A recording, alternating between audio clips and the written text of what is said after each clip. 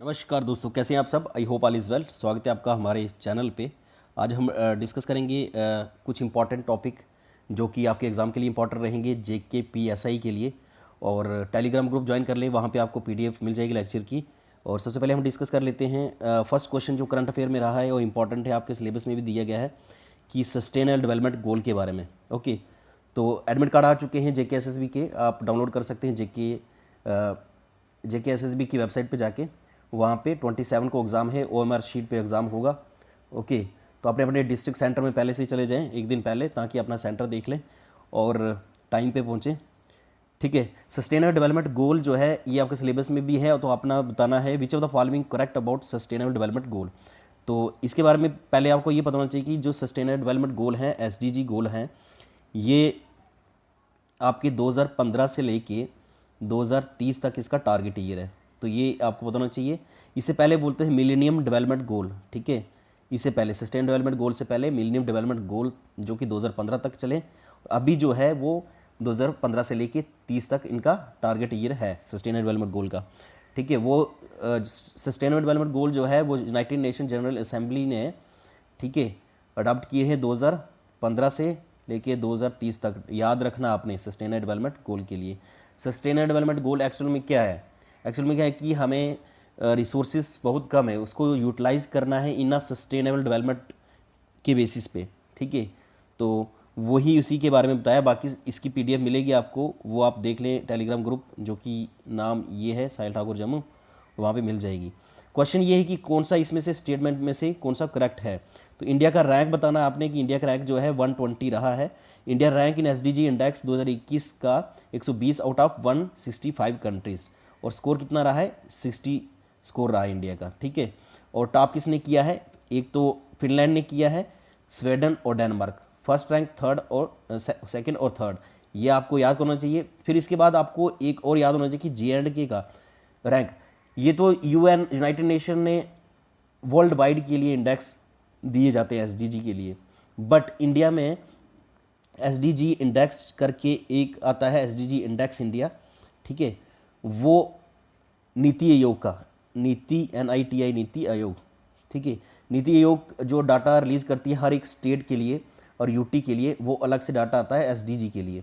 तो आपने वो याद करना है, एग्जाम पॉइंट ऑफ व्यू के लिए इंपॉर्टेंट बन जाता है। जे&के का उसमें एसडीजी इंडेक्स जो नीति आयोग ने रिलीज़ किया है उसमें 2021 में, ठीक है, 2021 का डाटा जो है वो 66 स्कोर है किसका? जे&के का। तो फ्रंट रनर है, ये भी आपको पता होना चाहिए कि फ्रंट रनर है। ठीक है, जे&के, ये पहला ऑब्जेक्टिव। तो इसका सी पार्ट है बोथ, इंपॉर्टेंट बन जाता है। फोर्थ बुद्धिस्ट काउंसिल कश्मीर में हुई है कनिष्क के टाइम में, ये तो इंपॉर्टेंट स्टैटिक पोर्शन के लिए। सेकंड आपका क्वेश्चन नंबर 5 जो है इंपॉर्टेंट बन जाता है, क्योंकि देखो आप एग्ज़ाम देने जा रहे हो किसका? सब इंस्पेक्टर का। और सब इंस्पेक्टर के एग्ज़ाम में ये क्वेश्चन इंपॉर्टेंट बन जाता है। ठीक है, ये क्यों बनता है? शेरशाह मूवी आई थी अभी रिसेंटली, ठीक है, और शेरशाह मूवी जो है वो मूवी ऐसे तो एग्जाम में पूछा नहीं जाएगा कि मूवी के लिए, लेकिन ये इंपॉर्टेंट मूवी इसलिए बन जाती है क्योंकि कैप्टन विक्रम बत्रा जो कि करगिल की वार में शहीद हुए थे, उनको परमवीर चक्र अवार्ड भी दिया गया था। तो ये इंपॉर्टेंट बन जाता है। और साथ में इस फिल्म को अवार्ड मिला है रिसेंटली, किसके लिए? Dada Saheb Phalke international film festival award 2022 का। ठीक है, और बेस्ट फिल्म का अवार्ड मिला इसको, किस मूवी को? शेरशाह मूवी को। तो इसलिए इंपॉर्टेंट बन जाती है। आपने पॉइंट याद रखना है कि शेरशाह मूवी किसके बेसिस पे है? कैप्टन विक्रम बत्रा की आधार। This film follows the life of Paramvir Chakra awardee captain Vikram Batra from his first posting in the army to his death in Kargil war. ठीक है, करगिल वार कब हुई है? 1999 में। ठीक है, तो ये भी सही है। दूसरा, फिल्म स्टार कौन से? Sidharth Malhotra as a Batra and Kiara Advani as his girlfriend Dimple Cheema.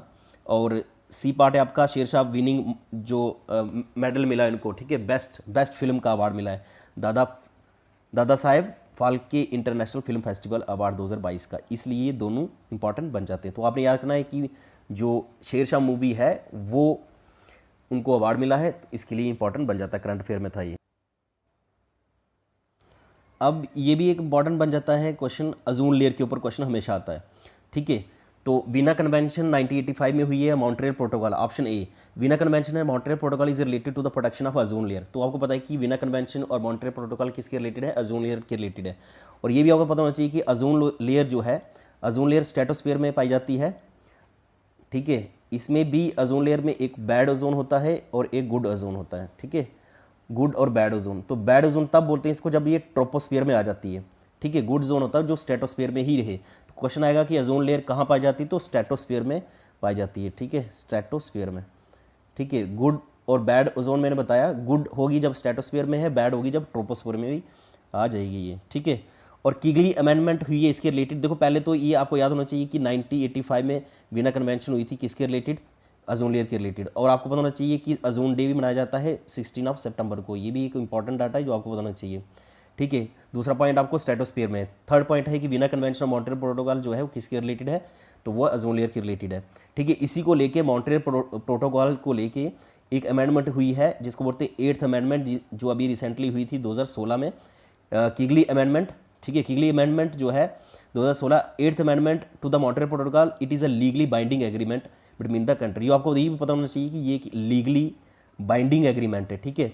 तो क्वेश्चन आ सकता है कि किगली अमेंडमेंट 2016 इज रिलेटेड टू, तो आपको बताना चाहिए क्लाइमेट के रिलेटेड है या फिर ओजोन लेयर के रिलेटेड है, क्लाइमेट चेंज के रिलेटेड है या फिर ओजोन लेयर को लेके है, तो ये उसके रिलेटेड। अब इसमें किगली अमेंडमेंट जो हुई है 2016 में, इसमें क्या किया गया है, क्या बोला गया है, वो इंपॉर्टेंट बन जाता है। देखो वैसे तो ओजोन लेयर के लिए खतरनाक जो गैसेस रहती हैं वो क्लोरोफ्लोरोकार्बन रहती है, ठीक है, क्लोरोफ्लोरोकार्बन, ठीक है, CFC रहता है। लेकिन ये कहाँ पाया जाता है, एक तो रेफ्रिजरेशन में, फ्रिज में, जो आपके घर में फ्रिज है उसमें पहले पाया जाता था, लेकिन अभी इसको रिमूव कर दिया गया है, रिड्यूस कर दिया गया है। आज की डेट में उसकी जगह दूसरा कंपाउंड यूज़ करते हैं, वो कौन सा है वो भी देखेंगे अभी हम।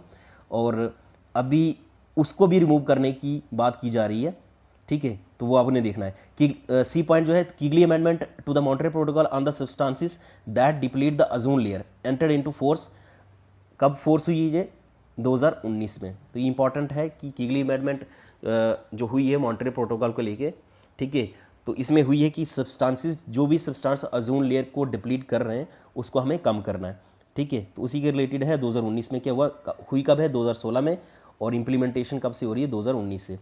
अब इसमें अमेंडमेंट में हुआ क्या है वो इंपॉर्टेंट बन जाता है, ठीक है। According to the terms of the amendment, the signing country are expected to decrease the manufacture and usages consumption of the hydrofluorocarbon, ठीक है, हाइड्रोफ्लोरोकार्बन को कम करना है, ठीक है, उसकी कंजम्पशन को भी और मैन्युफैक्चर को भी, बाई अबाउट 80 to 85%। ये एक इंपॉर्टेंट डाटा बन जाता है कि 80 से 85% जो है वो कम करना है। कब तक करना है, 2045 तक, ये इंपॉर्टेंट बन जाता है, ठीक है। और इसका आंसर जो है ऑल ऑफ द वर्क, क्योंकि ये सारी जितनी भी हैं Vienna convention related to ozone layer, ये भी उसी के रिलेटेड है, किगली अमेंडमेंट भी है, और अभी ये इंपॉर्टेंट बन जाता है करंट अफेयर के परस्पेक्टिव को लेके। तो ये आपको सारा डाटा पता होना चाहिए। Recently question number 7, Uttar Pradesh forest department has bagged the first ever international award for the doubling the number of tigers in the 4 year against the target of 10 year. तो इन्होंने टाइगर की पॉपुलेशन को क्या किया, डबल कर दिया गया है। तो वो कौन सा टाइगर रिजर्व है वो आपको बताना चाहिए, पीलीभीत टाइगर रिजर्व है जो कि उत्तर प्रदेश में है। तो इंपॉर्टेंट बन जाता है कि कौन सा टाइगर रिजर्व है जिसने अवार्ड जीता है, इंटरनेशनल अवार्ड, ठीक है। T/2 हो गया, मतलब हो गया टाइगर को रिलेटेड जो है डबलिंग करने की बहुत बात की गई थी, ठीक है, कि पॉपुलेशन इसकी डबल करनी है टाइगर की। तो ये आपका ए ऑप्शन है। और वीडियो को आपने क्या करना है कि स्पीड में देखना है, ठीक है, अभी टाइम कम है तो आपने स्पीड बढ़ा के देखना है इसमें। क्वेश्चन नंबर जो 10 है ये इंपॉर्टेंट बन जाता है, इसको आपने बड़े ध्यान से पढ़ना है। जिन्होंने टेस्ट सीरीज में जो भी स्टूडेंट है ये ध्यान से पढ़ना आपने, ठीक है। क्वेश्चन नंबर 10 इंपॉर्टेंट है क्योंकि ये आता है। रामसर क्वेश्चन नंबर 20 पढ़ लेते हैं। Ramsar convention is early convention on the wetlands in this regard which of the following. देखो इंटरनेशनल लेवल पे एक ही कन्वेंशन हुई है जिसको बोलते हैं रामसर कन्वेंशन, किसको लेके, वेटलैंड को लेके, ठीक है, वेटलैंड को लेके इंटरनेशनल लेवल पे एक ही कन्वेंशन है जिसका नाम है रामसर कन्वेंशन। तो कभी कोई क्वेश्चन आएगा कि Ramsar convention is related to, तो आपको बताना चाहिए कि ये वेटलैंड को लेके है। तो ऑप्शन इसके पढ़ लेते हैं। ऑप्शन ए जो है, Ramsar convention is a international treaty that provides a framework for the national and international conservation efforts for the wetland and their resources, उसको कंजर्व करना है, वेटलैंड को कैसे कंजर्व किया जाए उसके रिलेटेड ये कन्वेंशन है। सेकंड पॉइंट है it was adopted in Ramsar a city of Iran in 1971 और केम इनटू एग्जिस्टेंस 1975। ये इंपॉर्टेंट है कि 1971 में रामसर कन्वेंशन हुई है, ठीक है। रामसर कन्वेंशन कब हुई है? 1971 में, ठीक है। और केम इनटू एग्जिस्टेंस मतलब हो गया कब से एनफोर्स की गई है? 1975 में, लेकिन इंडिया ने 10 साल बाद में जाके अडॉप्ट किया है, ठीक है। 1982 में जाके क्या किया है इंडिया ने कन्वेंशन को लेके।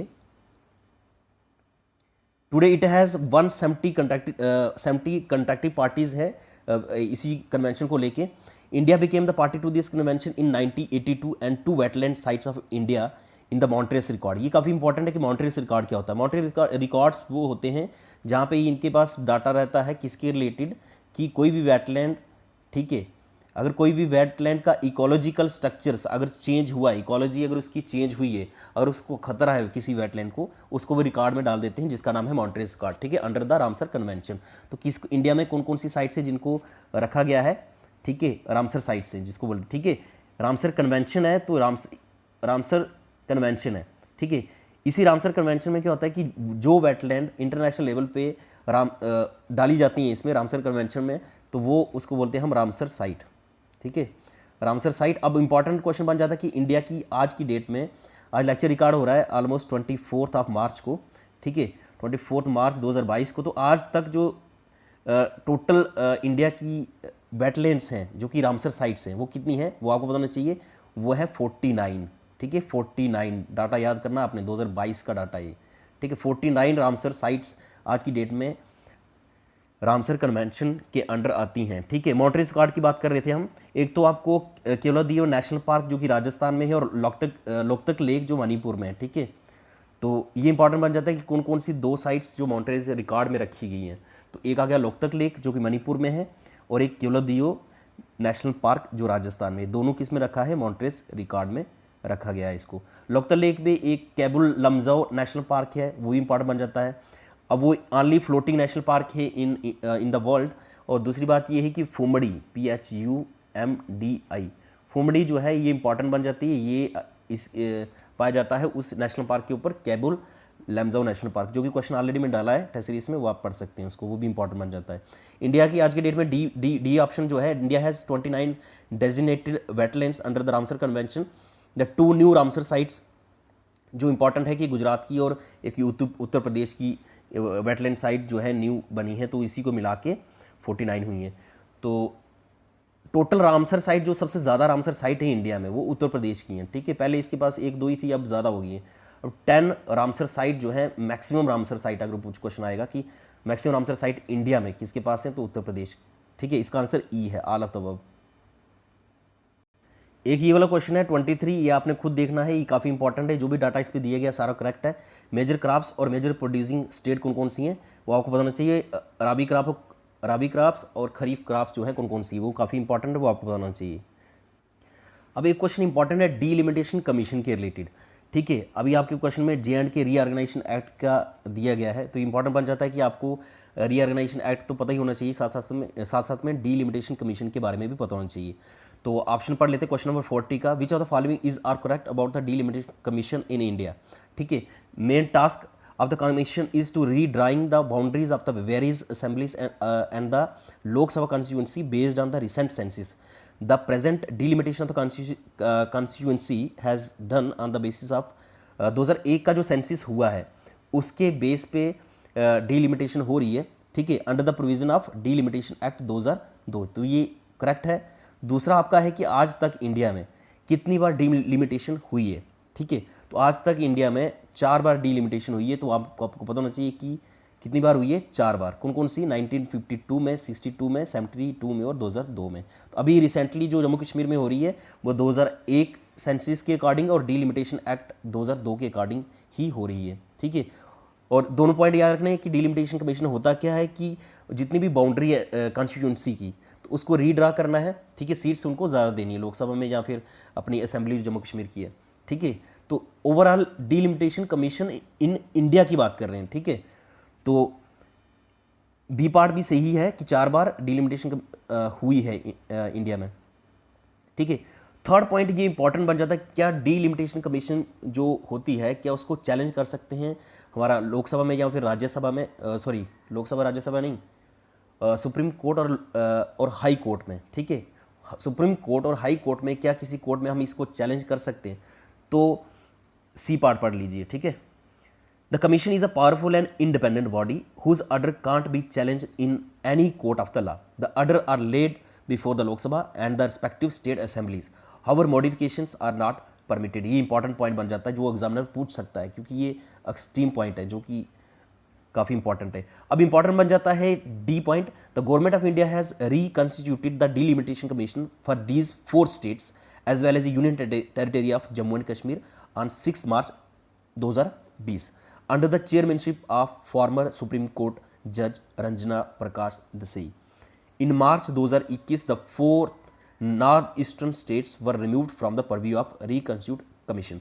अब इंपॉर्टेंट इसमें क्या है, इसमें इंपॉर्टेंट क्या बन जाता है कि ये जो हुआ है जम्मू कश्मीर का रियर जो डीलिमिटेशन हो रही है जम्मू कश्मीर में, ये इसको हेड कौन कर रहा है, बस इंपॉर्टेंट बन जाता है कि कौन हेड कर रहा है डीलिमिटेशन कमीशन ऑन J&K। तो इंपॉर्टेंट पॉइंट बन जाता है कि सुप्रीम कोर्ट के फॉर्मर जज हैं जिनका नाम है रंजना प्रकाश देसाई, वही इसको हेड कर रहे हैं, ठीक है।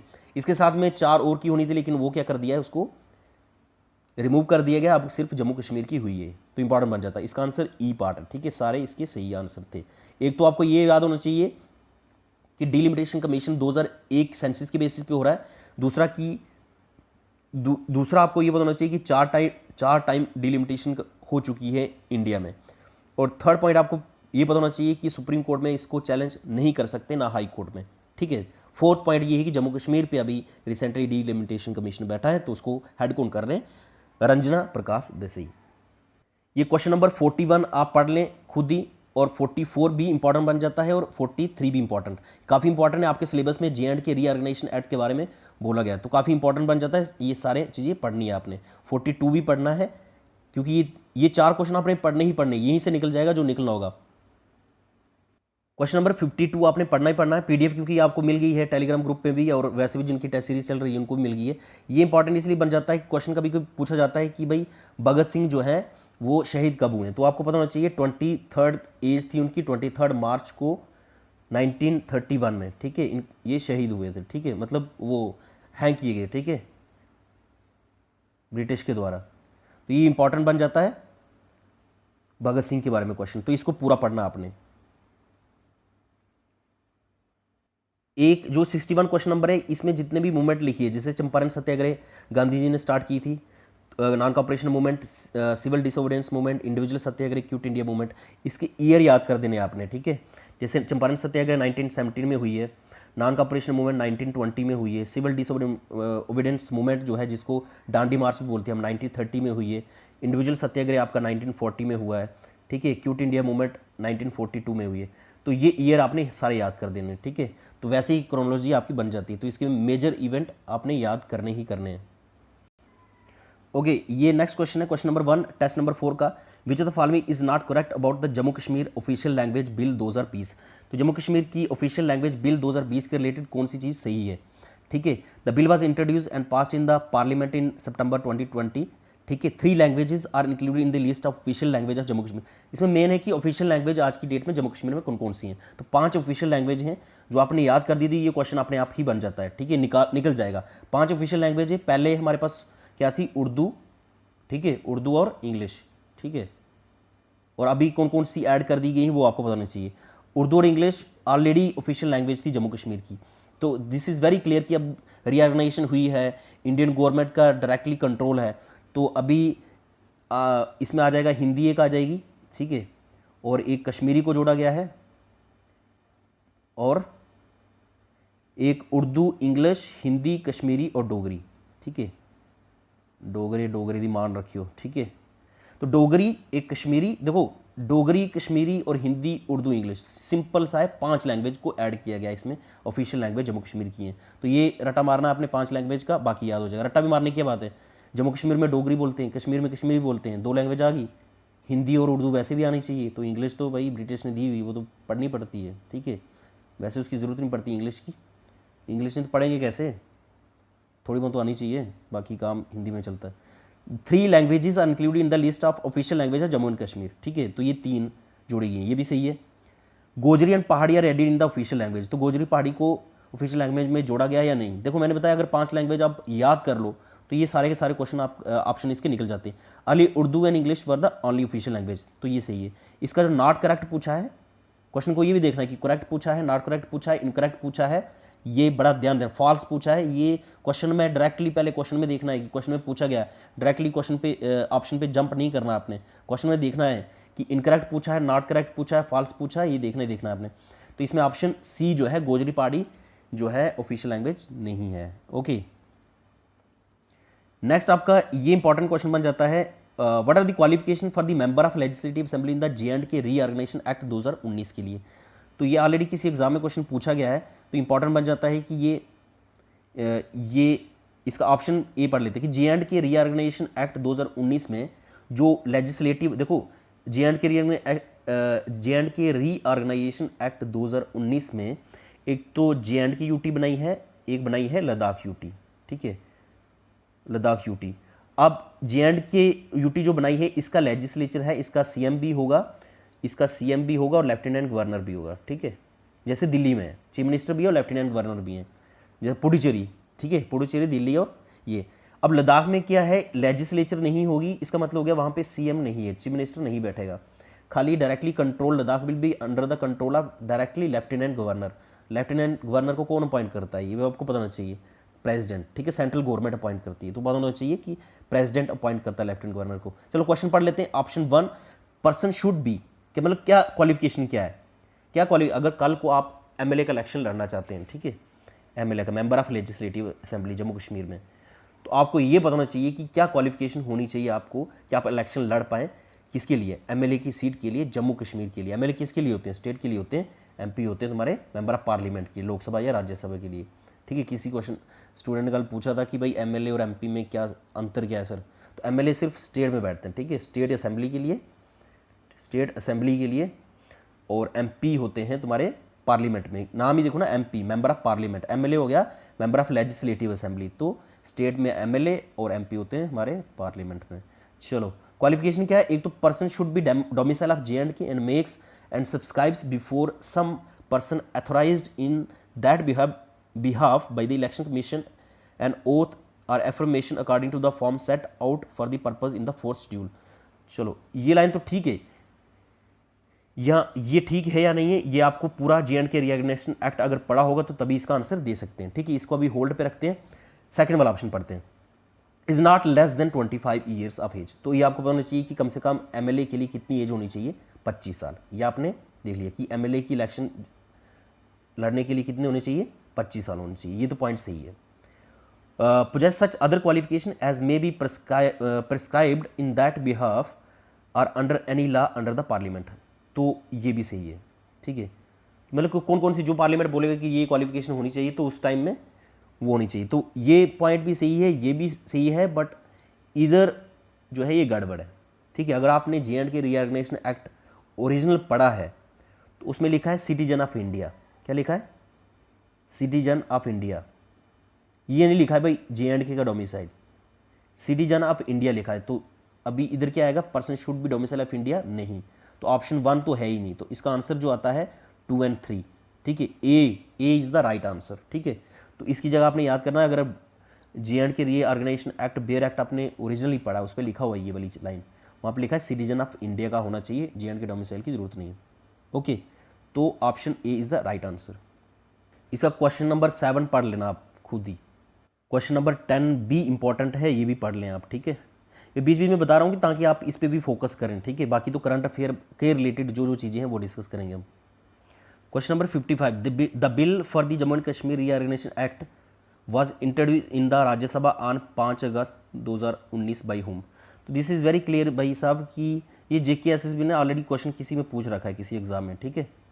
तो ये इंपॉर्टेंट है कि ये डाटा आपने याद करना कि J&K रीऑर्गेनाइजेशन एक्ट जो है, एक तो अमित शाह जो कि आज की डेट में क्या है, होम मिनिस्टर हैं, ठीक है।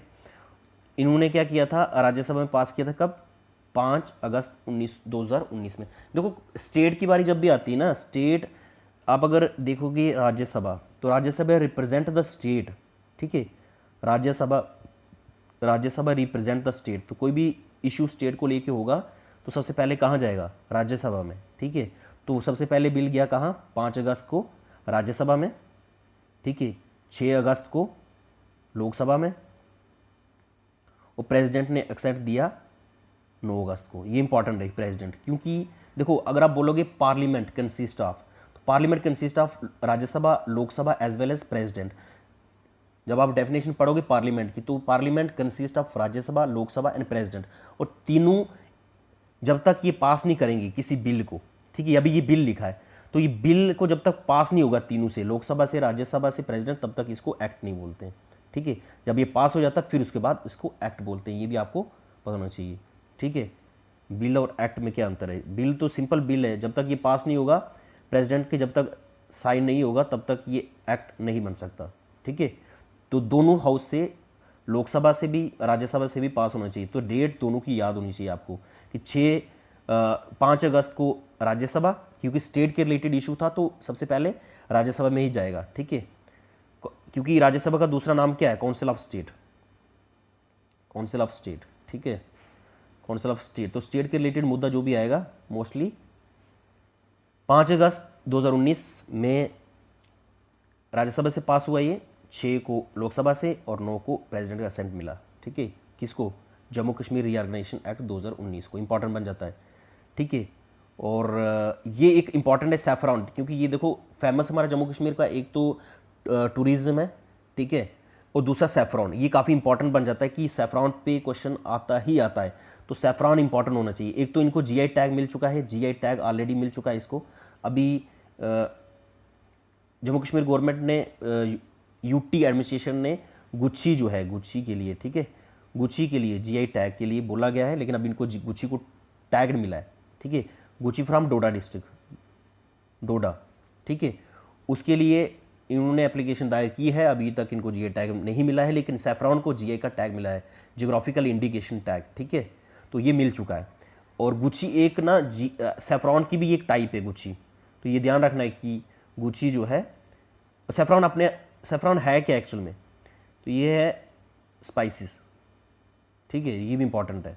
और ये पाया जाता है पैम्पोर कश्मीर में, पैम्पोर में, ठीक है, एक ही इंपॉर्टेंट बन जाता है। दूसरा, the well of Kashmir valley is the sole producer of beach of the product in India.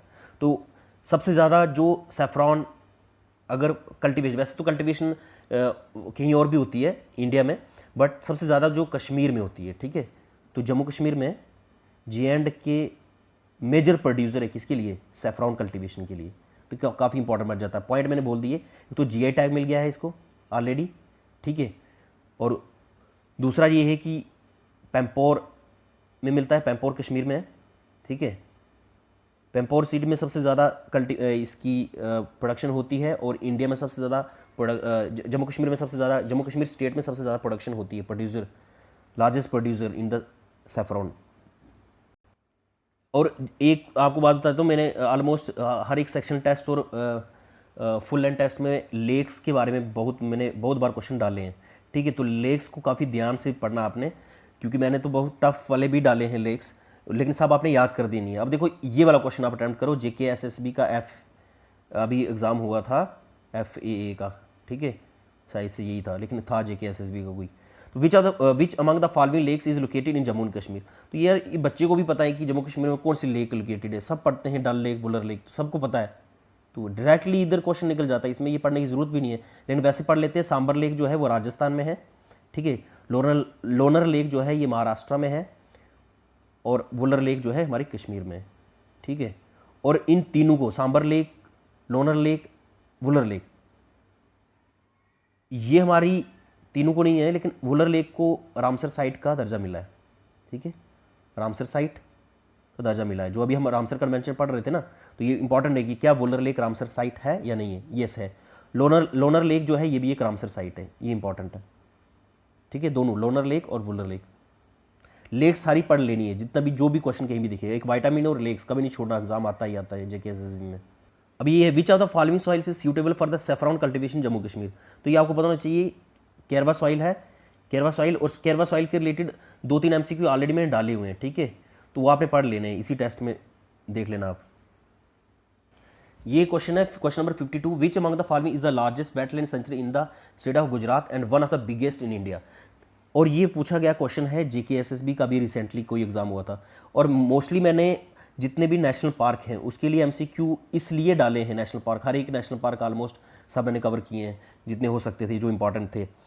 तो अब ये क्वेश्चन अगर आपने वो नेशनल पार्क सारे पढ़े तो ये आपके लिए इजी बन जाता है। देखो ये डाटा आपको नहीं पता है, लार्जेस्ट है, इंडिया में बिगेस्ट है, ये नहीं भी पता है, आपको सिर्फ पता होना चाहिए कि स्टेट ऑफ गुजरात में कौन सी रामसर ये नेशनल पार्क है या वाइल्ड लाइफ सेंचुरी है। आपको ये पता है काजीरंगा नेशनल पार्क असम में है, ओके, ये तो आपको पता है। अगर एलिमिनेशन मेथड भी यूज़ करना होता है कभी कभी, क्वेश्चन ये नहीं भी पढ़ा होगा, खाली स्टेट ऑफ गुजरात लिखा है, तो एलिमिनेशन मेथड यही यूज़ होता है। आपको पता है सुल्तानपुर वाइल्ड लाइफ सेंचुरी ये कहाँ पे है? हरियाणा, यूपी बॉर्डर, ठीक है, दिल्ली में आसपास है। और नल सरोवर बर्ड सेंचुरी, मैंने बार बार बोला है, नल सरोवर बर्ड सेंचुरी कहाँ पे है? गुजरात में। तो आंसर इसका क्या आएगा? नल सरोवर बर्ड सेंचुरी। तभी मैं बोलता हूँ कि नेशनल पार्क सारे पढ़ लेने हैं आपने, जो विद स्टेट, कौन सी स्टेट में। तो ऐसे ऐसे क्वेश्चन लार्जेस्ट है, बिगेस्ट है, वो अपने आप ही निकल जाते हैं जब आपको स्टेट और वाइल्ड लाइफ सेंचुरी या फिर नेशनल पार्क आपको पता हो, ठीक है। नेक्स्ट आपका इंपॉर्टेंट JKSSB का एक रिपीटेड क्वेश्चन आता है कि वाटर कंटामिनेशन से डिजीज कौन कौन सी हैं, ठीक है। क्वेश्चन नंबर 71 उसी के रिलेटेड है, which of the following disease is caused by the water contamination? Diarrhoea, marasmus, elephantiasis, malaria. तो डायरिया है, तो आपको सारी डिजीज पता होनी चाहिए वाटर कंटामिनेशन से कौन कौन सी डिजीज होती है, ठीक है, पानी को गंदा। क्वेश्चन नंबर 62 देखो इन 2021 में जम्मू कश्मीर गवर्नमेंट ने फाइल किया है एप्लीकेशन GI टैग के लिए, तो आपने बताना है स्पीसीज ऑफ मशरूम, ठीक है। तो ये स्पेशली लिखा उन्होंने स्पीसीज ऑफ मशरूम, ठीक है। तो ये आपका सैफरॉन है, गुच्छी है, तो आपको पता है कि गुच्छी जो है डोडा वाली, ठीक है, डोडा सिटी वाली, तो ये गुच्छी जो है इसके लिए उन्होंने किया है। सैफरॉन को तो ऑलरेडी मिल चुका ना भाई, इन्होंने स्पाइसेस ऑफ किसका लिखा है? स्पाइसेस जो है वो मशरूम की स्पीसीज के लिए बोला है, ठीक है। जस्ट वेट, ओ शिट, तो जस्ट वेट, कुछ हो गया इधर। लोकल विंड्स, ठीक है, क्वेश्चन नंबर 82 इंपॉर्टेंट है, पढ़ लेना आप। क्वेश्चन नंबर 85 पॉवर्टी के रिलेटेड आपके सिलेबस में दिया है, पॉवर्टी को लेके, तो जितनी भी कमेटी हैं इसकी रिकमेंडेशन सारी पढ़ लेनी है, जो भी है, कब कब आई है कमेटी, और पॉवर्टी इंडेक्स इंडिया क्या क्या है वो भी आपको पता होना चाहिए। वो क्वेश्चन ऑलरेडी मैंने डाले हुए हैं। ये टेस्ट नंबर 4 में ना ये 5-7 क्वेश्चन J&K को रिलेटेड हैं, ठीक है, उसको लेके हैं, तो काफ़ी इंपॉर्टेंट बन जाते हैं, वो आपने देखने हैं, ठीक है। जैसे क्वेश्चन नंबर 94 है, which of the following statement is are correct. तो ये इंपॉर्टेंट बन जाते हैं कि कौन सी स्टेटमेंट करेक्ट है। एक तो Jammu Kashmir has become the first union territory to be integrated with national single window system. तो ये फर्स्ट यूनियन टेरिटरी बनी है जो कि NSWS, ठीक है, नेशनल सिंगल विंडो सिस्टम के साथ जोड़ा गया है, ठीक है। सेकेंड है, an igloo cafe was recently open in Jammu and Kashmir, it is now the largest igloo cafe in the world, ठीक है, इट इज़ नेम्ड स्नोग्लो, ठीक है। और किसने बनाया इसको ये देख लेते हैं। was built by the Wasim Shah, the owner. About the cafe has been built in Gulmarg. Important बन जाता है कि वर्ल्ड लेवल पे ये सबसे बड़ा है और गुलमर्ग में बनाया गया है, ठीक है। ये ऑप्शन भी सही है। सी ऑप्शन देखते हैं, ऑपरेशन सद्भावना, ठीक है। ऑपरेशन सद्भावना जो है ये लॉन्च की गई है जम्मू कश्मीर में, ठीक है, J&K में ऑपरेशन सद्भावना। तो आपको ये इंपॉर्टेंट बन जाता है कि किसने लॉन्च किया है, तो ये किया है इंडियन आर्मी ने। किसने किया है ऑपरेशन सद्भावना? इंडियन आर्मी ने जम्मू कश्मीर में। अब इसका एम क्या है ऑपरेशन का? The main aim of the project was to help people affected by the terrorism in the region, ठीक है, उनकी हेल्प करना जो कि टेररिज्म से अफेक्ट हुए हैं। तो इंपॉर्टेंट बन जाता है किसने किया है, इंडियन आर्मी ने। और वैसे भी आप किसका पुलिस का पेपर तो दे रहे हैं, कहीं ना कहीं डिफेंस का सिस्टम है, तो डिफेंस में ये चीज़ें तो आपको पता होनी चाहिए, एग्जाम में तो आने वाला है। All of the above is the right answer, सारी स्टेटमेंट सही थी, सब आपने देखनी है।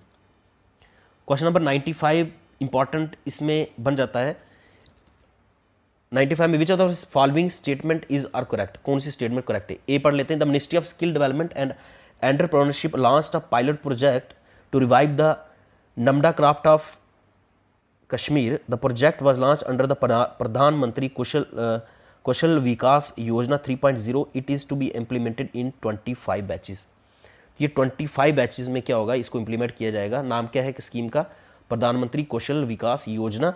और ये क्राफ्ट आपने याद करना है कि नमडा क्राफ्ट जो है कश्मीर का, किस मिनिस्ट्री ने किया launch, ministry of skill development. तो स्किल के रिलेटेड याद करना है आपने, ठीक है। तो ये स्टेटमेंट करेक्ट है।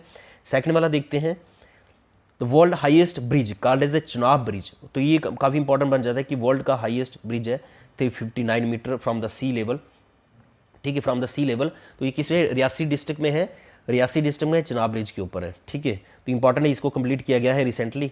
तो ये आपको पता चाहिए कि किस किस को जोड़ रहा है, ठीक है। इधर से जा रहा है ये जम्मू की ओर से, ये जा रहा है कश्मीर, और बीच में आ गया रियासी डिस्ट्रिक्ट में, ठीक है। तो कोड़ी वाली साइड है, ठीक है, कोड़ी एक जगह का नाम है उधर। तो वहाँ पे ये कौन सी रेलवे, इंडियन रेलवे है, कोंकण रेलवे, ठीक है। कौन सी रेलवे, कोंकण रेलवे के अंडर प्रोजेक्ट चल रहा है ये, ठीक है। जोड़ेगा किसको, बारामूला और उधमपुर लाइन जो है, इसको जोड़ेगा ये, ठीक है। सी पार्ट जो है, Jammu Kashmir government recently sought GI tag for guchhi mushroom Doda recently, ठीक है। तो ये तो पढ़ लिया ऑलरेडी हमने कि ये क्या है, इसको जीआई टैग के लिए उन्होंने बोला है। और रिसेंटली जीआई टैग किसको मिला है, सैफ्रॉन को मिला है। तो ये दोनों पॉइंट आपकी इंपॉर्टेंट है। तो आंसर है D part, all of the above. तो चारों की चार स्टेटमेंट सही हैं और ये सारी पता होनी चाहिए 95 का।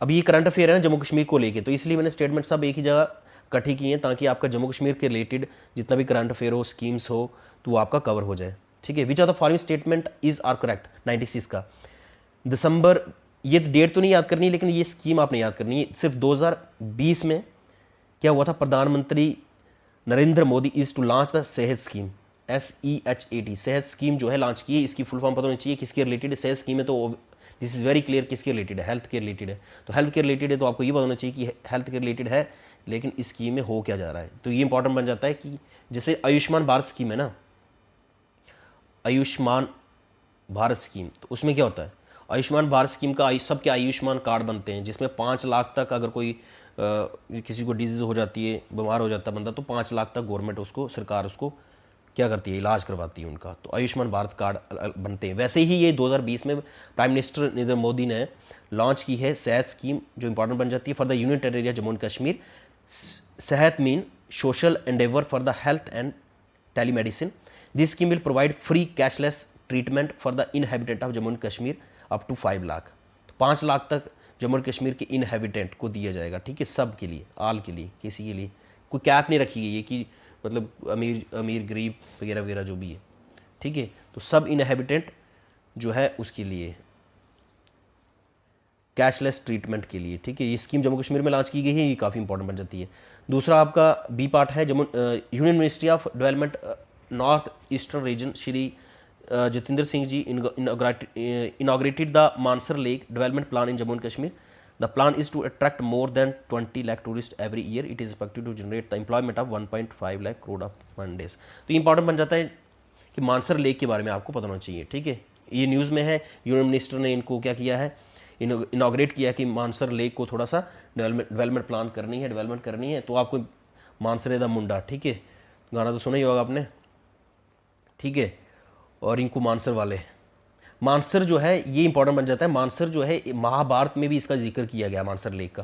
तो इंपॉर्टेंट बन जाता है कि महाभारत में अर्जुन ने तीर मारा था, वहीं से पानी निकला था, तो वही मानसर लेक इंपॉर्टेंट बन जाती है। तो विच आर द फॉलोइंग, ऐसे स्टेटमेंट में क्वेश्चन आ सकता है, तो मानसर के रिलेटेड क्वेश्चन जो है वो आ सकता है इसकी, ठीक है।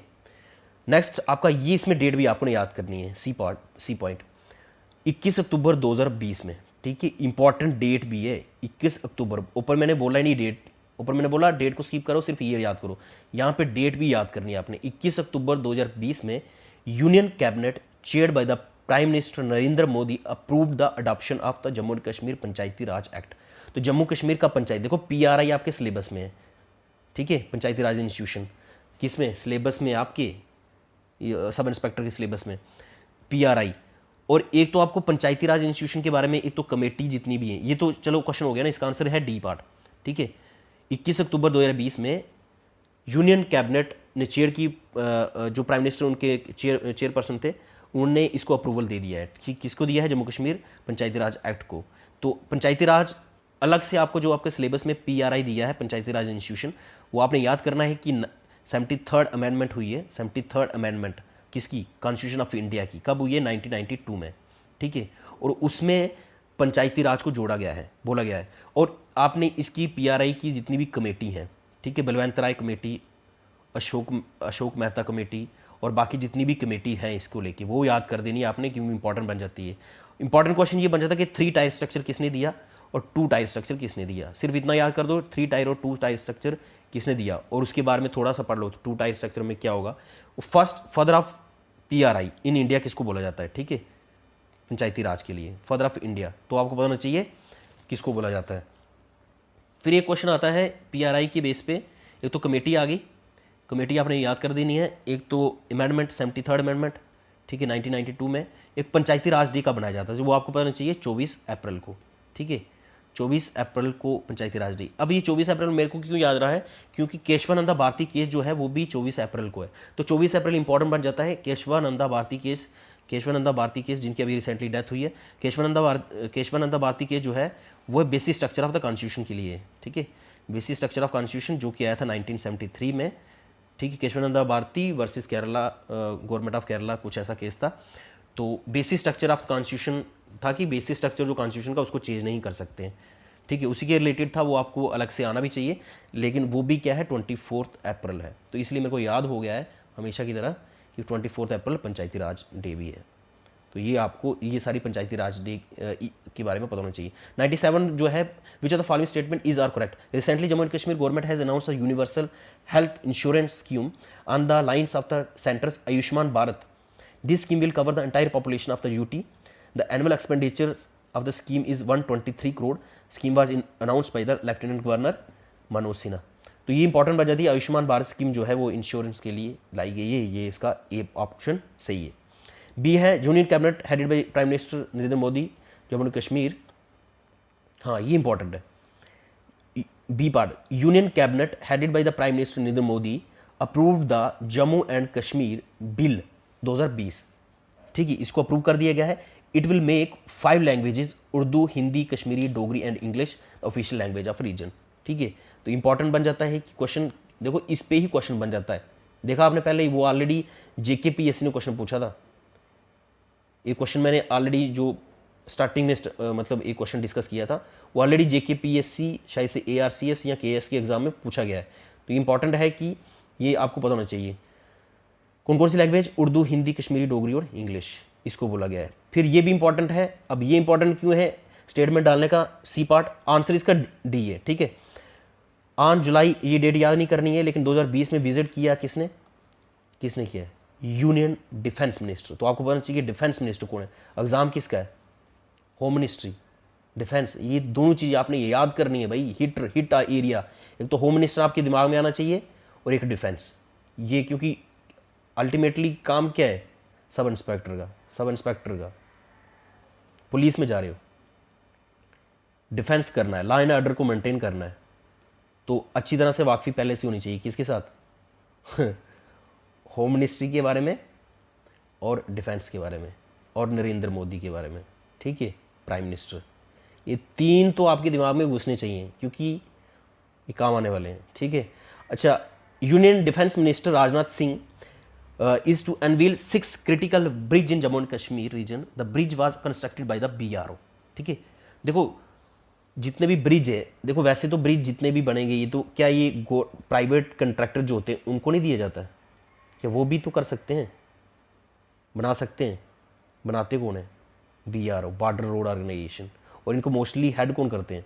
अगर आपने देखा होगा ना BRO को हेड कौन कर रहा है, तो कहीं ना कहीं डिफेंस का रोल आता है, ठीक है, तो कहीं ना कहीं आर्मी का रोल आता है। तो हमेशा याद करना है, रखना है। तो ये था इंपॉर्टेंट। क्वेश्चन नंबर 98 इंपॉर्टेंट है। Which are the following statement is are correct? The government of India recently inaugurated 18th bench of central administrative tribunal.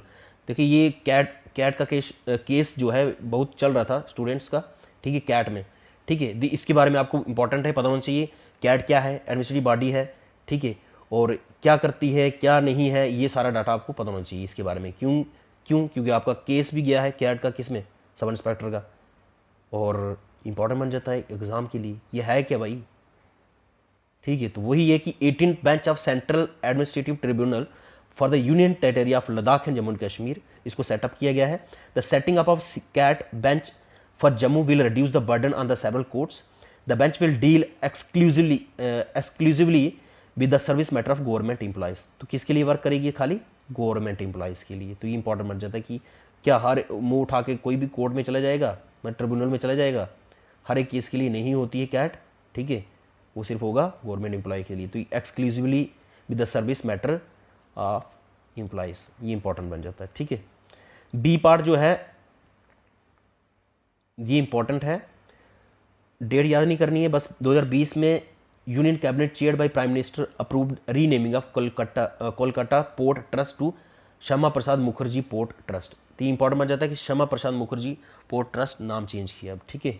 नाम चेंज तो सरकार में बहुत हो रहे हैं, ठीक है। और जल जीवन मिशन, ये काफ़ी इंपॉर्टेंट है। जल जीवन मिशन JNK में भी चल रहा है, हरियाणा में चल रहा है, हिमाचल प्रदेश में, और ऑल इंडिया में चल रहा है वैसे तो, लेकिन जम्मू कश्मीर और जो हिली स्टेट्स है ना उसके लिए स्पेशली अभी चल रहा है। तो ये इंपॉर्टेंट है। जल जीवन मिशन है क्या, Jal Jeevan mission aims to provide drinking water to every household, लिखा है एवरी हाउस होल्ड, लिखा है, क्या लिखा है, एवरी हाउस होल्ड को क्या मिलेगा, पीने वाला पानी मिलेगा। क्या फ्री का मिलेगा, नहीं भाई, पानी का जो पानी आता है ना उसका पैसा देना पड़ता है ना, तो फ्री वर्ड कहीं भी फ्री होता नहीं है एक्चुअल में। It aims to provide tap connections to every household to all by 2022। तो ये पूरी लाइन याद कर देनी कि जल जीवन मिशन जो है वो क्या है, ठीक है। टैप वाटर मतलब जो नलके में पानी आता है ना वो हर एक घर घर में वो पहुंचेगा, ठीक, उसके बारे में बोल रहे कि 2022 एंड तक। सारी स्टेटमेंट करेक्ट थी। तो ये एक तो आपको जल जीवन मिशन के बारे में पता चल गया, एक नाम चेंज किया वो, और कैट के बारे में पता चल गया कि जम्मू कश्मीर में भी कैट का बेंच बैठा हुआ है, ये अभी बैठा, पहले नहीं था, ठीक है, इंपॉर्टेंट है। अब which are the following correct, ये वही है डिलिमिटेशन कमीशन के बारे में। तो ये इसको कौन हेड कर रहा है, ए पार्ट डिलिमिटेशन कमीशन को, ये इंपॉर्टेंट है, रंजना प्रकाश देसाई, ठीक है, ये इंपॉर्टेंट है। इससे पहले क्या डिलिमिटेशन कमीशन हुई है, मतलब डिलिमिटेशन हुई है जम्मू कश्मीर में तो 1995 में हुई है, ये भी इंपॉर्टेंट बन जाता है। JNK की बात कर रहे हैं। बी पार्ट है कि निष्ठा स्कीम किसके रिलेटेड है, ठीक है, NISHT है। निष्ठा स्कीम जो है किसके रिलेटेड है, ये है टीचर को ट्रेनिंग करना, ठीक है। Nishtha scheme is related to the teacher को ट्रेनिंग देने के लिए, ठीक है। तो इसकी फुल फॉर्म पता होनी चाहिए निष्ठा की, national initiative for the school heads and teachers holistic advancement was launched in the Jammu and Kashmir. It is a pioneer scheme that was earlier launched across the country by HRD Ministry. 2019 में launch की है all India में, लेकिन JNK में अभी लागू की है। तो ओवरऑल क्या रहने वाला सिनेरियो है, इसका मकसद क्या है, निष्ठा स्कीम का मकसद क्या है।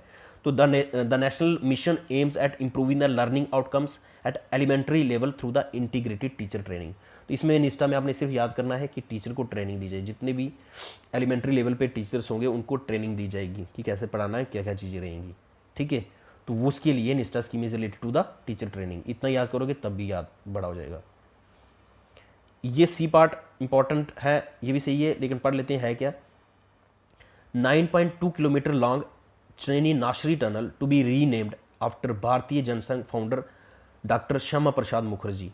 तो ये इंपॉर्टेंट है कि जो चनैनी नाशरी टनल जो है, ठीक है, जब आप जम्मू से जाते हैं उधमपुर और रामबन के बीच में, ठीक है, उधमपुर और रामबन, तो ये कहीं ना कहीं चनैनी नाशरी टनल जो आता है ये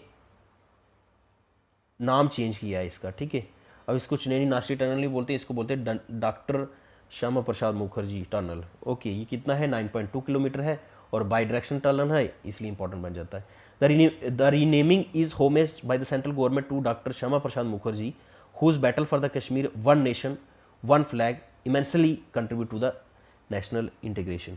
तो इंपॉर्टेंट बन जाता है। श्यामा प्रसाद मुखर्जी बीजेपी का है तो बीजेपी काम तो करेगी अपना, ठीक है। Answer D is the right answer. Okay, तो 100 क्वेश्चन इंपॉर्टेंट है, ये आप खुद देख लें। वो उसी के रिलेटेड है कि जो चनैनी नाशरी टनल है ये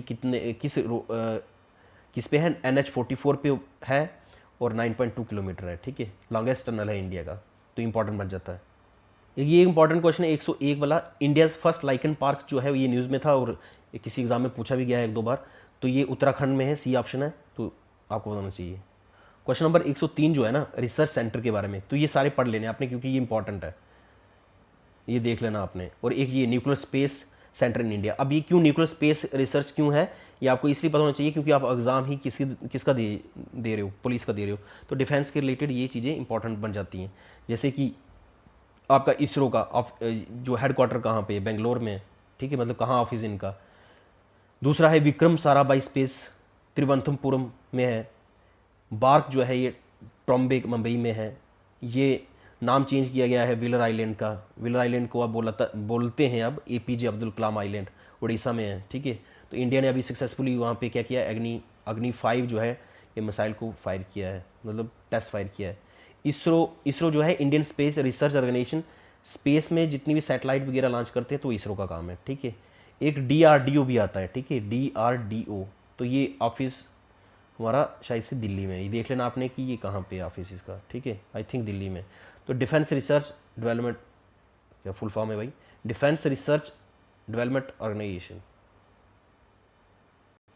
एक क्वेश्चन है 109 वाला, मल्टीपर्पज़ वैली प्रोजेक्ट, तो ये इंपॉर्टेंट बन जाता है कि कौन कौन से मल्टीपर्पज़ वैली प्रोजेक्ट हैं, विच आर द फॉलोइंग, और फर्स्ट जो है मल्टीपर्पज़ वैली प्रोजेक्ट इंडिया में कौन सा था, ठीक है। तो ये इंपॉर्टेंट बन जाते हैं, सारे देखने हैं आपने। अब हम डिस्कस कर लेते हैं टेस्ट नंबर 3 का, ठीक है। इसमें इंपॉर्टेंट एक तो विटामिन वाला जितने भी क्वेश्चन है ये हमेशा की तरह ये याद कर देने हैं आपने, ठीक है, ये सारे याद कर देने जो भी विटामिन के रिलेटेड है। बाकी इसमें देखते हैं करंट में क्या था वो पढ़ लेते हैं। एक ये क्वेश्चन हिस्ट्री में बहुत इंपॉर्टेंट बन जाता है, जैसे क्वेश्चन नंबर 9 है मेगास्थनीज, ठीक है, इनने कौन सी बुक लिखी है, कब ये आए थे इंडिया में, ठीक है। तो इंडिका बुक लिखी है, चंद्रगुप्त के टाइम में आए थे, चंद्रगुप्त मौर्य के टाइम में। तो ये सारे जितने भी ट्रैवलर है जो फॉरनर आए हैं, कुछ लिख के गए हैं इंडिया के बारे में, ठीक है, बुक्स के बारे में और हिस्ट्री के बारे में पता चलता। तो कहीं ना कहीं जो बुक्स ऑलरेडी अवेलेबल हैं तो इन लोगों ने कहीं ना कहीं योगदान दिया है, तो वही चीज़ें इंपॉर्टेंट बन जाती है। एग्जामिनर के माइंड में यही रहता है, क्यों क्वेश्चन बार बार पूछे जाते हैं ये, क्योंकि हमारे पास सोर्स ही वही है, ठीक है। जैसे वेदा से क्वेश्चन पूछा जाता है, तो क्यों पूछा जाता है, क्योंकि हमारा जो हिस्ट्री है, इंडिया की हिस्ट्री है, तो कहीं ना कहीं ऋग वैदिक कल्चर से हमें पता चलता है पुरानी हिस्ट्री क्या है, तो वहीं से तो उठाएंगे। तो वेदास बार बार क्वेश्चन पूछते हैं। बुद्धिज़्म क्यों पूछा जाता है कि आज की डेट में हम अगर इंटरनेशनल पॉलिसी भी मतलब इंटरनेशनल रिलेशन में भी अगर देखेंगे तो बुद्धिज़्म की जो फिलॉसफी है उसको हम अडॉप्ट करते हैं, मध्यम मार्ग, ठीक है।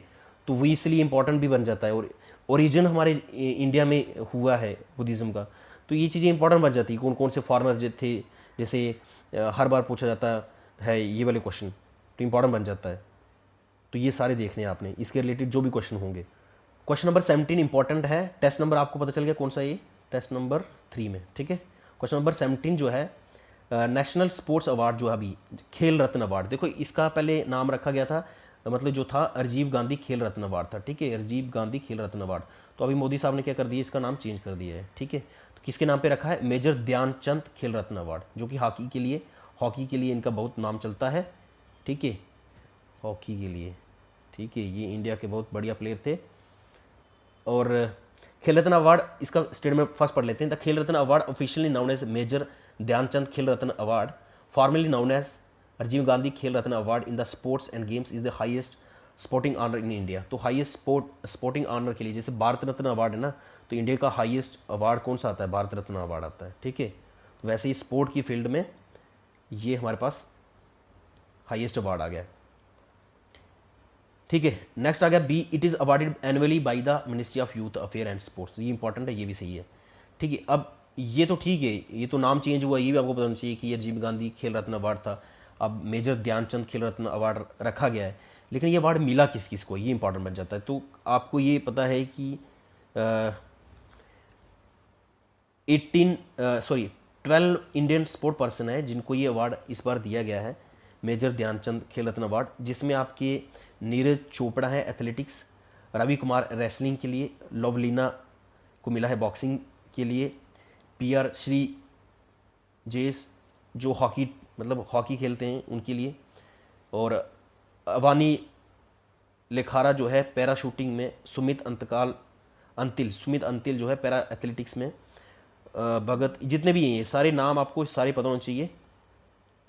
सुनील छेत्री इंपॉर्टेंट है फुटबॉल के लिए, ठीक है, फुटबॉल टीम के लिए, और मनप्रीत हॉकी के लिए, मिथाली राज क्रिकेट, तो जो वुमेन क्रिकेट टीम है ना, तो उनके जो हमारे पास जैसे MS धोनी रहते हैं, ठीक है, कैप्टन, तो यहाँ पे मोस्टली अभी तो विराट कोहली भी कहीं अलग अलग टीमें अलग अलग रहते हैं, अभी तो विराट कोहली जी भी हैं, कभी सौरभ गंगोली, कभी कौन को रहता है, वुमेन का, लेकिन वुमेन का मतलब मैन में, वुमेन में इंपॉर्टेंट बन जाता है कि मिथाली राज जो है who is the captain of the women team cricket team in India, तो मिथाली राज रहते हैं, ठीक है। तो ये वुमेन है, इनका इंपॉर्टेंट है।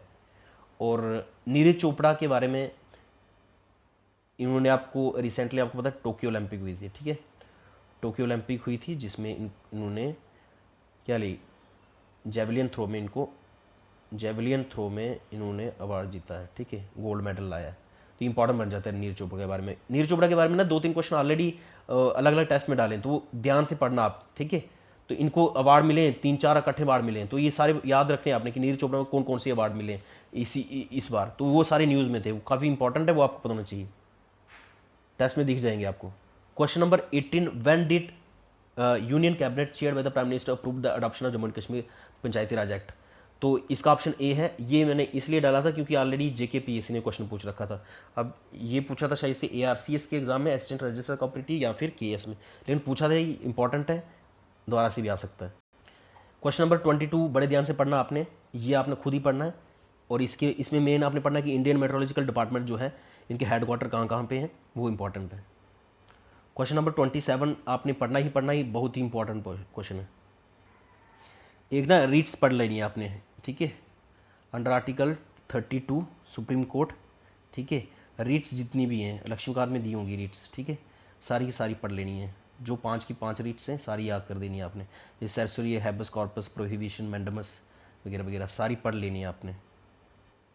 115 क्वेश्चन नंबर ऑलरेडी जेकेपीएससी ने पूछा है, आई डोंट नो कि केएस में पूछा है या फिर एआरसीएस के एग्ज़ाम में, लेकिन 2021 में पूछा है ये वाला क्वेश्चन, और इसको आप ध्यान से देखोगे तो बहुत ही अच्छे तरीके से इसका आंसर आप दे सकते हो। देखो इसका, it is headed by the retired जज Supreme Court of India, yes it is right, कि रिटायर्ड जज ही इसको हेड करते हैं, कि इसको delimitation commission India. Till now it has been considered only for 4 times, ये भी सही है। Its order has force of law and can be called question only before Supreme Court, तो ये मैंने पहले ही बताया था कि क्या है, सुप्रीम कोर्ट हाई कोर्ट कहीं भी नहीं जा सकते, तो ऑप्शन 3 इज़ द गलत आंसर। ये 4 टाइम हो सकता है, रिटायर्ड जज ही इसको हेड कर सकता है। और फर्स्ट डिलिमिटेशन कमीशन कब हुआ था, फर्स्ट डिलिमिटेशन एक्सरसाइज इन 1950 मुजवाज के इंडिया, ठीक है। तो ओवरऑल ये है, अगर थर्ड वाला अगर आपको पता है कि क्वेश्चन गलत है, तो ये भी गलत है, ये भी गलत है, ठीक है, तो कहीं ना कहीं आंसर क्या आएगा ये, तो ये जिसको बोलते हैं ना एलिमिनेशन मेथड, वो यही यूज़ होता है। कैसे यूज़ होगा, देखो थर्ड वाली स्टेटमेंट आपको पता है कि भाई कोर्ट में चैलेंज नहीं कर सकते, तो जब आपने ये पढ़ा, आप देखो थर्ड नंबर इसको हटा दो, थर्ड नंबर हटा दो, थर्ड नंबर मतलब क्या 3 वाला हटा दो ना, जब ये हट गया तो ये पूरी स्टेटमेंट हट गई, ये हट गया तो पूरी स्टेटमेंट खत्म होगी, ऑल ऑफ द तो आएगा नहीं क्योंकि ये है ही नहीं, तो आंसर क्या बचा, सी पार्ट। तो कभी कॉमन सेंस भी यूज़ करनी होती है ऐसे क्वेश्चन में। अब ये इंपॉर्टेंट क्वेश्चन बन जाता है ये वाला, क्वेश्चन नंबर 120, ठीक है। UNSC, united nation security council, designated Srinagar as a part of its creative city network in 2021, ठीक है। और ये बर्ड का ना खेलिस फेजेंट जो है, ये स्टेट बर्ड है हमारा जे.एंड.के का, ये इंपॉर्टेंट बन जाता है, ठीक है। और union territory of J&K join hands with UK based space agency for the impact based flood forecasting. तो ये इंपॉर्टेंट है कि यूके के साथ, यूनाइटेड किंगडम मतलब इंग्लैंड के साथ नहीं, और जम्मू कश्मीर ने मिल के स्पेस को लेके एक कोलैबोरेटिव स्टार्ट किया है, किसके लिए किया है, वो किया है फ्लड को फॉरकास्ट कर सके, ठीक है। कोई भी फ्लड आएगा तो उसको पहले ही बता पाएंगे कि फ्लड आ रहा है नहीं आ रहा है, तो उसके रिलेटेड किया है। तो ये पॉइंट इंपॉर्टेंट है। खलीज फिजेंट जो है ये स्टेट बर्ड है जम्मू कश्मीर का, ये भी इंपॉर्टेंट है, बट ये मेरे को सही नहीं लग रहा है। क्यों? क्योंकि यूनेस्को ने ये इसको दिया गया है, क्रिएटिव सिटी नेटवर्क जो दर्जा दिया जाता है, ये दिया जाता है यूनेस्को के द्वारा, ठीक है, यूनेस्को का।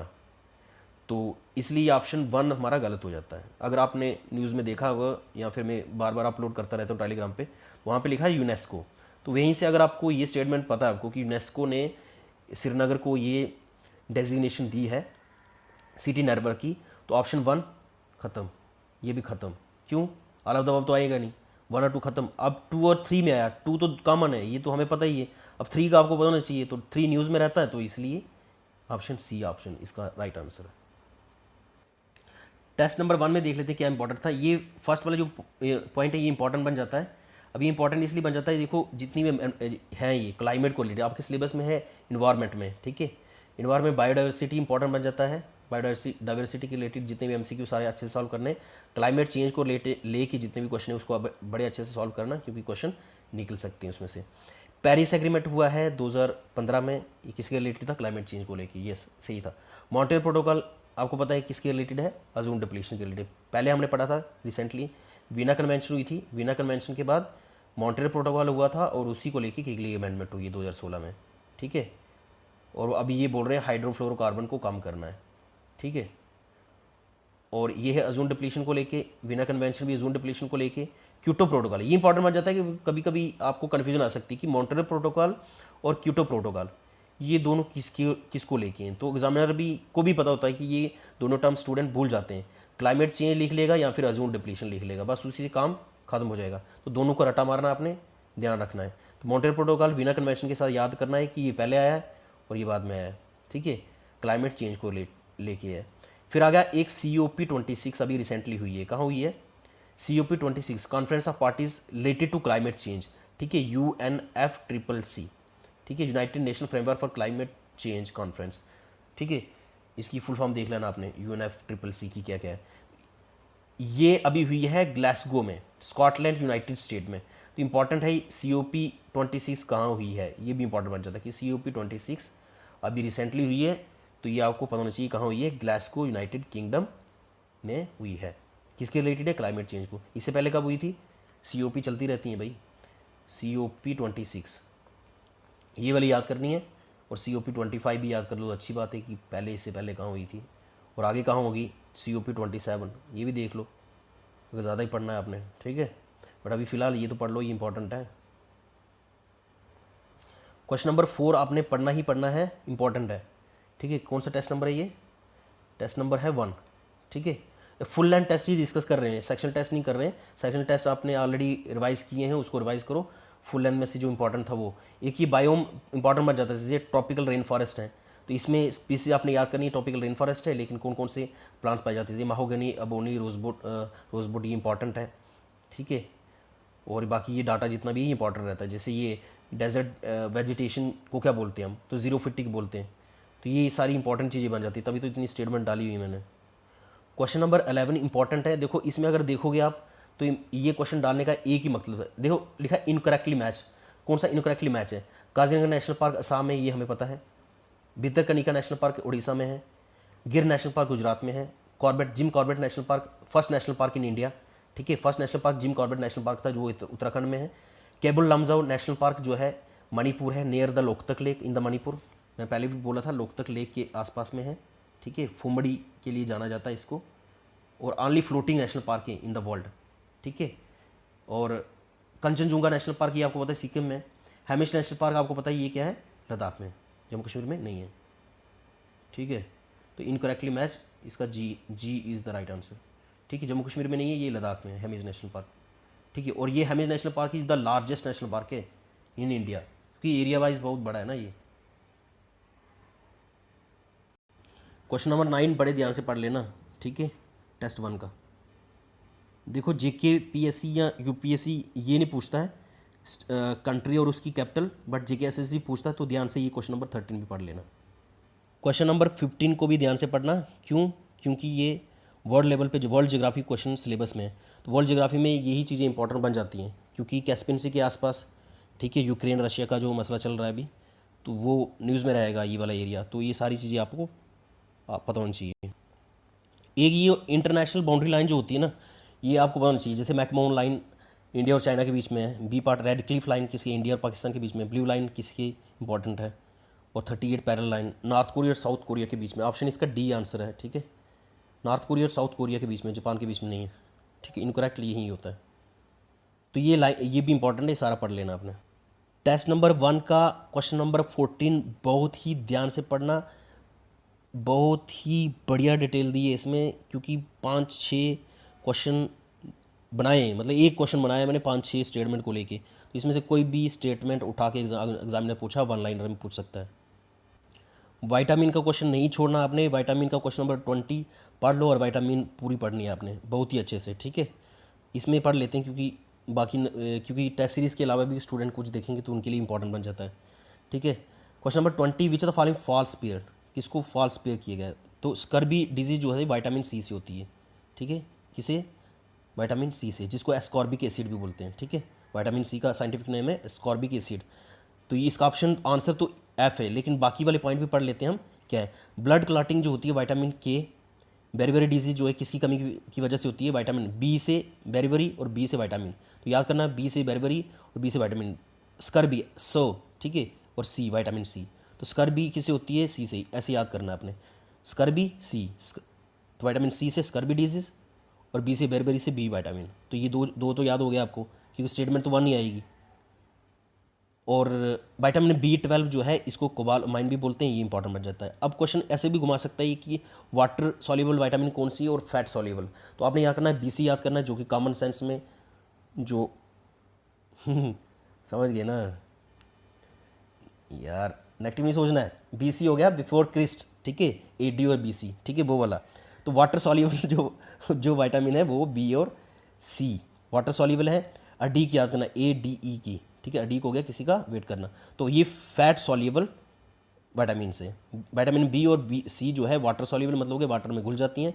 ठीक है, और फैट सॉल्युबल विटामिन AD है। तो ये इंपॉर्टेंट बन जाता है सारा।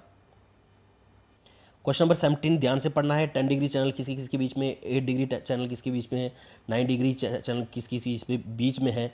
और ये एक्टिव वॉल्केनो जो है ये अंडमान निकोबार में दो है, एक डॉर्मेंट है, ठीक है, एक डॉर्मेंट। इंडिया में सिर्फ दो ही जगह वॉल्केनो है, एक डॉर्मेंट और एक्टिव। ठीक है, तो अगर आप देखोगे एक्टिव वॉल्केनो जो है ये बैरन आइलैंड में है, ठीक है, और डॉर्मेंट जो है नॉरकॉन्डम आइलैंड। ठीक है, ये दोनों जो है नॉरकॉन्डम आइलैंड और बैरन आइलैंड दोनों कहाँ पे? अंडमान निकोबार में। ये अंडमान और निकोबार में है, तो ये आपको बताना चाहिए। देखो अभी इतना ही था जो डिस्कस करना हमने। देख लेते हैं दूसरे वाले टेस्ट में अगर कुछ होगा इंपॉर्टेंट तो वो डिस्कस कर लेंगे टेस्ट नंबर 2 में। अभी देखो टाइम आपके पास आज, कल और परसों है, ठीक है, 27 को तो एग्ज़ाम है। एक तो आपने रीजनिंग के और मैथ्स को लेके इंपॉर्टेंट, क्योंकि जिसको रीजनिंग मैथ्स और इंग्लिश नहीं आती है सिलेक्शन में उसका थोड़ा सा पॉसिबिलिटी कम हो जाती है।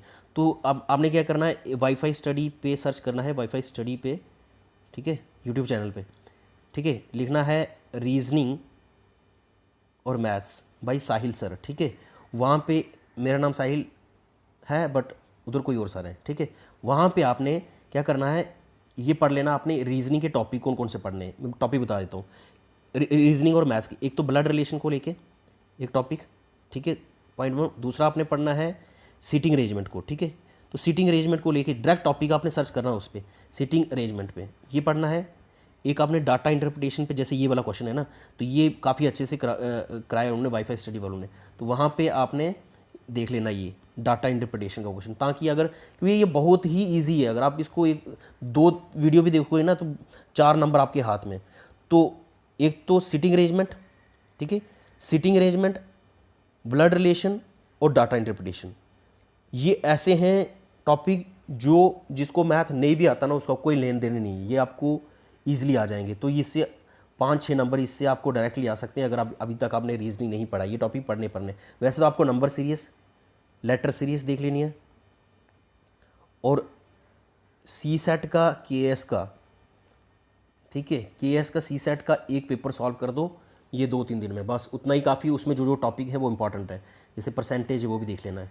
तो ये 4-5 टॉपिक इंपॉर्टेंट थे कम्युनिकेशन के लिए, ठीक है। इंटरपर्सनल स्किल्स एंड कम्युनिकेशन के लिए एक PDF मैंने सेंड की है, उसको देख लेना आपने।